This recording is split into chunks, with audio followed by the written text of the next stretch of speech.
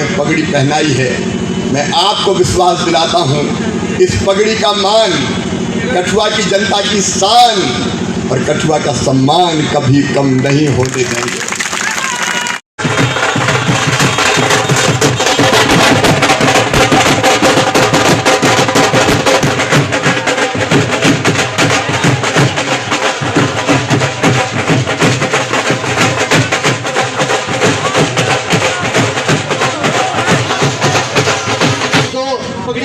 स्वागत करें।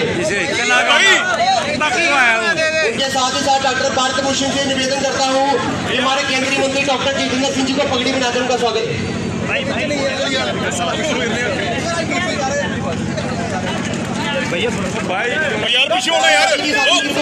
उनका स्वागत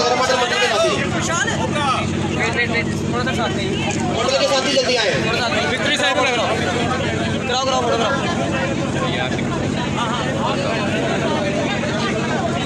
मंडल के हमारे कुछ साथियों कृपा शिवराज सिंह जी का स्वागत करें। कठुआ की इस पावन धरती पे हमारे कृषि मंत्री हम सब के लोगों के दिलों में बसने वाले श्री शिवराज सिंह चौहान जी का कठुआ की इस पावन धरती पे मां वैष्णो देवी माता वाले की इस धरती पे स्वागत करता हूँ। बहनों भाइयों भांजे भांजियों दोनों हाथ जोड़ के आपको नमस्कार, आप सबको प्रणाम। आज आपने पगड़ी पहना के कठुआ की धरती पर सम्मान किया है और भारत और हिंदुस्तान की धरती पर पगड़ी से बड़ा सम्मान कोई होता नहीं है। आपने पगड़ी पहनाई है, मैं आपको विश्वास दिलाता हूँ इस पगड़ी का मान कठुआ की जनता की शान और कठुआ का सम्मान कभी कम नहीं होने देंगे। मोदी जी के नेतृत्व में डॉक्टर जितेंद्र सिंह जी के हाथों ये कठुआ और कठुआ की जनता लगातार प्रगति और विकास करेगी। लेकिन मेरे बहनों और भाइयों, कठुआ की इस पवित्र धरा पर मैं पहली बार आया हूँ। मैं डॉक्टर श्यामा प्रसाद मुखर्जी के चरणों में हाथ जोड़कर प्रणाम करता हूँ। इसी कठुआ की धरती, जैसा डॉक्टर साहब बता रहे थे, पास के पुल से उनको गिरफ्तार किया गया था क्योंकि उनका कहना यह था कि जम्मू की धरती, कश्मीर की धरती, कठुआ की धरती ये भारत की धरती है और यहाँ जाने के लिए मैं परमिट नहीं लूँगा। उन्हें सर्वोच्च बलिदान दिया, उनके चरणों में बारंबार मैं प्रणाम करता हूँ।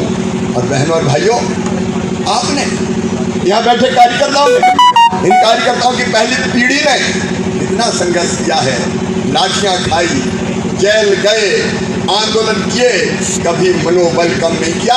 ऐसे कार्यकर्ताओं को भी दोनों हाथ जोड़ कर शीश झुका के मैं बारंबार प्रणाम करता हूँ, बारंबार प्रणाम करता हूँ। और आज पंडित दीनदयाल उपाध्याय जी का जन्मदिन है 25 सितंबर। मेरी बहनों भाइयों, पंडित दीनदयाल जी क्या कहते थे? वो कहते थे मानव जीवन का अंतिम लक्ष्य भगवान की प्राप्ति, ऊपर वाले की कृपा मिले। और वो कैसे मिलेगा? वो कहते थे मुझे पता नहीं, आप मंदिर में जाके दर्शन करेंगे तो भगवान दर्शन देगा कि नहीं देगा। आप 30 त्योहारों पर व्रत और उपवास रखेंगे तो नारायण प्रसन्न होगा कि नहीं होगा मैं नहीं जानता। लेकिन यदि दीनों की सेवा कर ली, दुखियों की सेवा कर ली, अरे अगर गरीबों की आंखों के आंसू पहुँच दिए तो गरीबों की इन्हीं आंखों में तुम्हें साक्षात भगवान के दर्शन होंगे। जनता ही जनार्दन, इसकी खिदमत, इसकी सेवा भगवान की पूजा है। और भारतीय जनता पार्टी के कार्यकर्ता इसी सिद्धांत को मानते हैं। लेकिन आज भारतीय जनता पार्टी के कार्यकर्ता के नाते मेरा सीना गर्व से फूला हुआ है। जब हम पहले कभी कहते थे कश्मीर से धारा 370 हटाएंगे तो कांग्रेस के लोग मजाक उड़ाते थे कि ये कभी हो ही नहीं सकता। और यहाँ कई जम्मू कश्मीर के नेता कहते थे आग लग जाएगी, जम्मू कश्मीर जल जाएगा।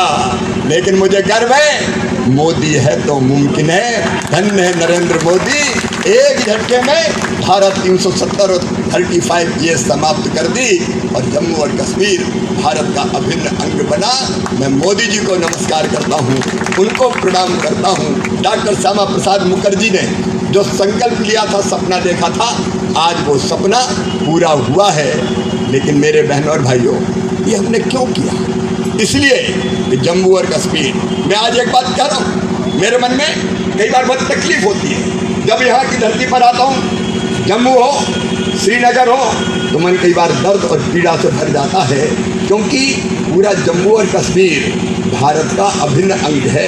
अटल बिहारी वाजपेयी जी क्या कहते थे? ये देश हमारे लिए जमीन का टुकड़ा नहीं है, जीता जागता राष्ट्र पुरुष है। गौरी शंकर इसकी शिखा है, जम्मू और कश्मीर इसका मस्तिष्क है, पंजाब और बंगाल इसकी दो बाहें हैं, दिल्ली दिल है, विंध्याचल कटी है, नर्मदा कर्दनी है, पूर्वी घाट और पश्चिमी घाट इसकी दो विशाल जंघाएं हैं, कन्याकुमारी इसके पंजे हैं, सागर इसके चरण पखारता है, सूरज और चंद्रमा इसकी आरती उतारते हैं। ये वीरों की भूमि है, ये सूरों की भूमि है, ये ऋषियों की भूमि है, ये महर्षियों की भूमि है। हम जिएंगे तो इसके लिए, और अगर कभी मरना पड़ा तो मरेंगे भी इसके लिए। और मरने के बाद अगर हमारी अस्थियां भी गंगा जी में प्रवाहित की गई तो वहां से भी एक ही आवाज आएगी, भारत माता की जय, भारत माता की जय। ये हमारा अभिन्न अंग है। लेकिन पंडित जवाहरलाल नेहरू जी के कारण, मेरे बहनों भाइयों, मेरे गुज्जर भाई यहाँ बैठे हुए हैं, हमारी सेनाएं पूरी ताकत से लड़ रही थी। पाकिस्तान से जिनने आक्रमण किया था उनको खदेड़ने का काम कर रही थी। अगर 3 दिन और मिल जाते तो पाक ऑक्युपाइड कश्मीर नहीं होता, पूरा का पूरा जम्मू कश्मीर भारत का अंग होता। हमारी फौजें लड़ रही थी, लेकिन पंडित जवाहरलाल नेहरू संयुक्त राष्ट्र संघ चले गए, युद्ध विराम करा दिया, और इसलिए एक बड़ा हिस्सा हमारा पाकिस्तान के पास रह गया, पाक ऑक्युपाइड कश्मीर। लेकिन आज भारतीय जनता पार्टी के कार्यकर्ता के नाते मैं ये कहता हूँ, हमारा संकल्प है जहाँ हुए बलिदान मुखर्जी वो कश्मीर, और जो कश्मीर हमारा है वो सारे का सारा है। और इसलिए आज नहीं कल पाक ऑक्युपाइड कश्मीर भारत का अंग ही है, और हम पूरी तरह से उसका विलय करेंगे। ये भारतीय जनता पार्टी की सरकार का, भारतीय जनता पार्टी का संकल्प है। मेरे बहनों और भाइयों, आप देखिए, जब से देश आजाद हुआ 3 खानदानों ने, केवल 3 खानदानों ने यहाँ राज किया, राज नहीं किया, पूरी तरह से जम्मू और कश्मीर को लूटा। जम्मू और कश्मीर में भेदभाव किया गया, कठुआ वालों जम्मू वालों, जैसे जम्मू तो सौतेला बेटा हो गया हो। जम्मू को न्याय नहीं मिला, कठुआ को न्याय नहीं मिला। लेकिन आज मैं भारतीय जनता पार्टी की ओर से आपसे ये निवेदन करना चाहता हूँ, भारतीय जनता पार्टी के लिए जम्मू और कश्मीर दोनों बराबर है, 2 आंखें। जम्मू के साथ अन्याय नहीं होगा, कठुआ के साथ अन्याय नहीं होगा। उनने भेदभावपूर्ण नीतियाँ बनाई। अभी आरक्षण की बात कर रहे थे डॉक्टर जितेंद्र सिंह जी। राहुल गांधी, कांग्रेस गलतफहमी फैलाती है, भारतीय जनता पार्टी आरक्षण खत्म कर देगी, लेकिन इनके नाना पंडित जवाहरलाल नेहरू कहते थे आरक्षण बेकार है, और उन्होंने कई तबकों को ओबीसी सहित आरक्षण नहीं लेने दिया। और जब अमेरिका गए राहुल गांधी तो वो ये कह ही बैठे कि समय आने पर आरक्षण समाप्त कर दिया जाएगा। मैं भारतीय जनता पार्टी की ओर से आपको ये विश्वास दिलाता हूँ, भाजपा के रहते, मोदी जी के रहते आरक्षण समाप्त नहीं हो सकता। लेकिन जिनके साथ अन्याय हुआ, मेरे गुज्जर भाई बच्चे, जिनको वर्षों तक आरक्षण का लाभ नहीं दिया, आज मुझे कहते हुए गर्व है कि ऐसे समाज को भी आरक्षण देने का काम किया तो भारतीय जनता पार्टी की सरकार ने किया।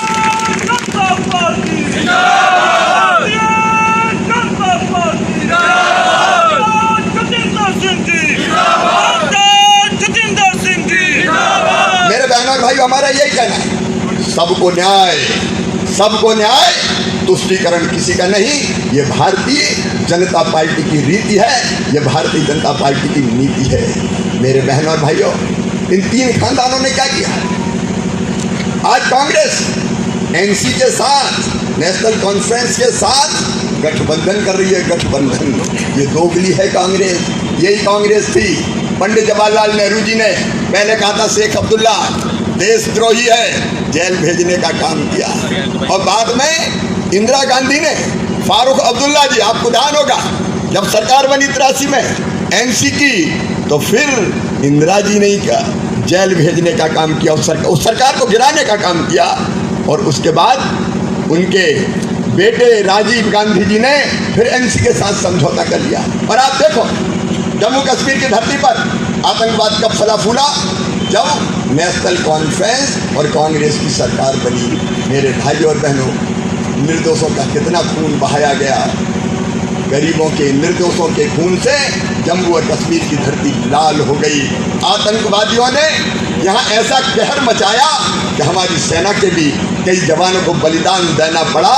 लेकिन आज गर्व है, जब से भारतीय जनता पार्टी की सरकार दिल्ली में आई है, हमने तय किया है कि हम किसी को छेड़ेंगे नहीं।